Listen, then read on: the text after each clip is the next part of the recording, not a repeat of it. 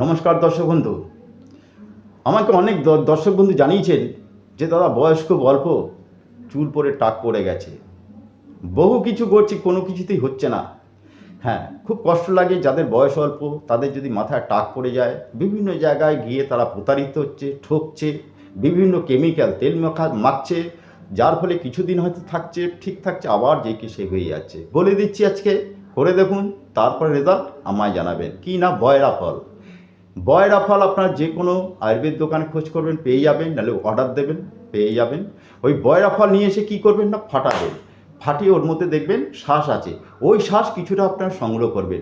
ওই শ্বাস ভালো করে আপনারা যেখানে টাক পড়ে গেছে সেখানে ভালোভাবে ঘষে দিন বা লেপে দিন। দেখুন কয়েকদিন টানা করুন, দেখুন কয়েকদিন করার পরেই দেখবেন চুল ওঠা তো বন্ধ হবেই, প্লাস ওইখান থেকে নতুন চুল গজাবে। বহু পরীক্ষিত জিনিস, পরীক্ষা করুন, তারপর আমায় জানান। নমস্কার, সকলেই ভালো থাকুন।